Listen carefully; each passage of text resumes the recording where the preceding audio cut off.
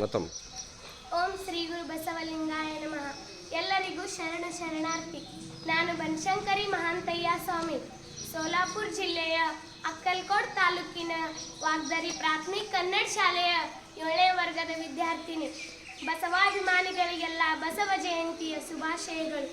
ಈ ಶಿವದಿನದ ಅಂಗವಾಗಿ ನಾನು ಬಸವಣ್ಣನವರೇ ಇಷ್ಟಲಿಂಗದ ಜನಕರು ಈ ವಿಷಯದ ಕುರಿತು 4 ಮಾತು ಹೇಳ ಬಯಸುವೆ. ಬಸವಣ್ಣನವರಿಗಿಂತ ಮೊದಲು ಇಷ್ಟಲಿಂಗ ಇತ್ತು ಎಂದು ಹೇಳುವುದೆಲ್ಲ ಬೊಗಳೆ, ಅದು ಸುಳ್ಳು. ಇತಿಹಾಸದ ಪುಟಗಳಿಂದ ಹಲವಾರು ಶರಣರ ವಚನಗಳಿಂದ ಬಸವಣ್ಣನವರೇ ಇಷ್ಟಲಿಂಗದ ಜನಕರು ಎಂದು ನಾವು ತಿಳಿಯಬಹುದು. ಬಸವಣ್ಣನವರು ಒಬ್ಬ ದೊಡ್ಡ ವಿಜ್ಞಾನಿಯೂ ಆಗಿದ್ದರು. ಹಲವು ವರ್ಷ ಹಲವು ಮಗ್ಗುಲಗಳಿಂದ ಸಂಶೋಧನೆ ಮಾಡಿ ಇಷ್ಟಲಿಂಗ ಆವಿಷ್ಕರಿಸಿದರು. ಕೂಡಲ ಸಂಗಮದಲ್ಲಿ ಅಧ್ಯಯನ ಮಾಡಿ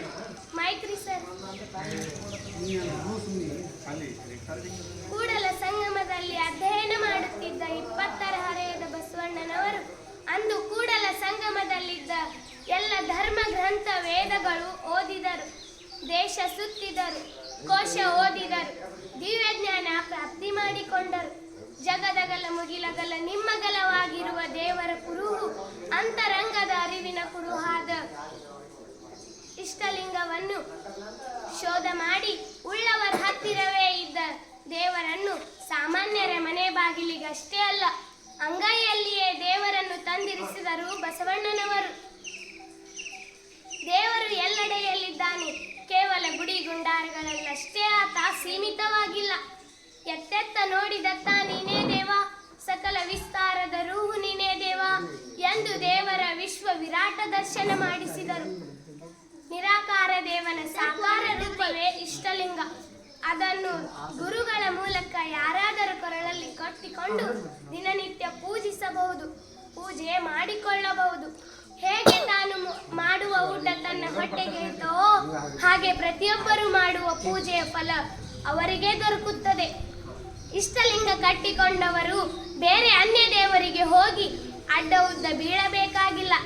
ದಿನನಿತ್ಯ 3 ಹೊತ್ತು ಅಲ್ಲದಿದ್ದರೂ 1 ಹೊತ್ತಾದರೂ ಇಷ್ಟಲಿಂಗ ಪೂಜೆ ಮಾಡಿಕೊಂಡರೆ ನಿರಾಕಾರ ದೇವರನ್ನು ಒಲಿಸಿಕೊಳ್ಳಬಹುದು.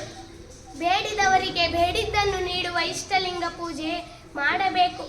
ನಂಬಿ ಕರೆದರೆ ಓ ಎನ್ನನೇ ಶಿವನು ಎಂಬ ಮಾತಿನಂತೆ ಪ್ರೀತಿಯಿಂದ ಭಕ್ತಿಯಿಂದ ದೇವರನ್ನು ಕರೆದರೆ ಪೂಜಿಸಿದರೆ ದೇವರು ಒಲಿಯುತ್ತಾನೆ, ಇಲ್ಲವಾದರೆ ಒಲಿಯುತ್ತಾನೆ.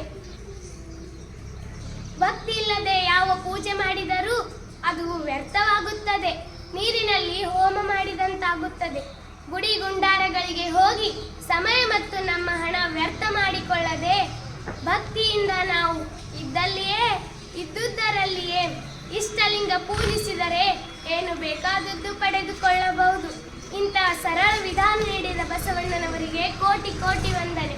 ಜಯ ಗುರು ಬಸವೇಶ. ಶರಣ.